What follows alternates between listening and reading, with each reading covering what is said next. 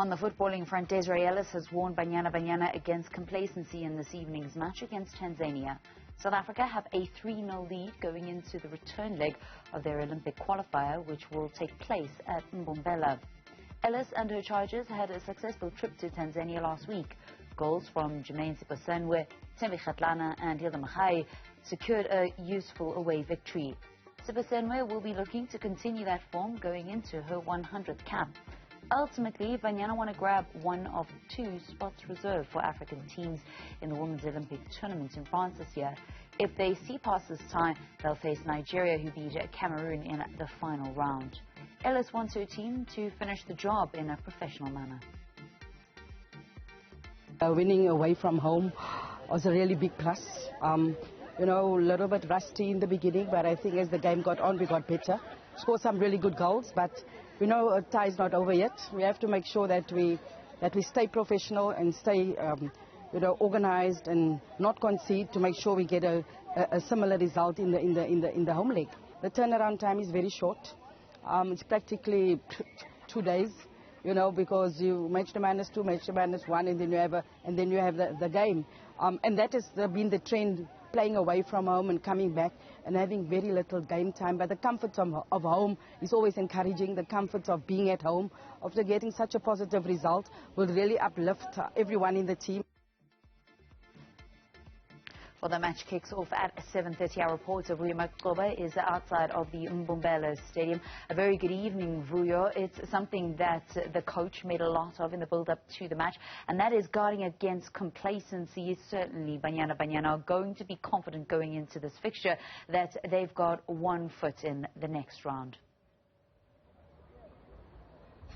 Good evening to you, Valen, and of course to the Newzroom Afrika viewers, coming to you live from the land of the rising sun. But at this time of the day, the sun is already set, but that hasn't stopped many of the Mpumalanga residents from coming out here to the Mbombela Stadium to, of course, cheer for the African champions. They are fans who they don't usually get a chance to see in many of the years, with, Banyana Banyana playing most of their games in the area of Johannesburg. So we're coming to you live from this side of town. 7:30 is kickoff, as you mentioned. One of the things that comes out from that bite from Desiree Ellis, one thing that she has warned about when it comes to this game, though they are holding a 3-0 victory coming from the first leg with those goals scored by Jermaine Siposenwe, Tembi Kgatlana, and of course Hilda Mahai, she has said that they need to make sure that they are still professional in this game. While many of the people will say if you've got a 3-0 lead coming into the second leg of your match, then it's an easy route into the final round, where they'll of course face Nigeria if they go through. But Desiree Ellis is still saying that they need to take this very professional, make sure that they put out everything to make sure, put out a solid display to make sure that they are through to the next round. One thing that she also did mention in this week, in the build-up to this match, is that they need to score while they're trying to make sure that they do not let the visitors score, but they need to score first to make sure that they get the rest of the game, which is a relaxed one. She had touched on how the team had started when they played in Dar es Salaam. It was a very slow start for Banyana Banyana, but of course in the second half of the game they came back stronger with those 2 goals that put them in a comfortable position that they see themselves in right now. So Desiree Ellis wants to make sure that the team starts very well, and the other thing that she had mentioned, that they need to make sure that they control the game from the start and not give the visitors any chance when it comes to this game tonight, because as they are looking forward to that one of the 2 places in the Olympic Games, it will start here. This is the last part of the 3rd round in the qualifiers. So they're going into this match very motivated, yes, but still not moving forward in a sense that thinking that they're already through to the next round. They understand the team that they are facing, and complacency will not play any part in Desiree Ellis's changing room. Valen? Vuyo, there's quite a bit of traffic behind you. We can hear the hooting of the cars. It looks as if there's a lot of people that are hoping to actually watch the African champions in action. And Mpumalanga, a little bit of an interesting choice to take our national women's football team to one would have assumed that they would be in a major city centre. Why Mpumalanga?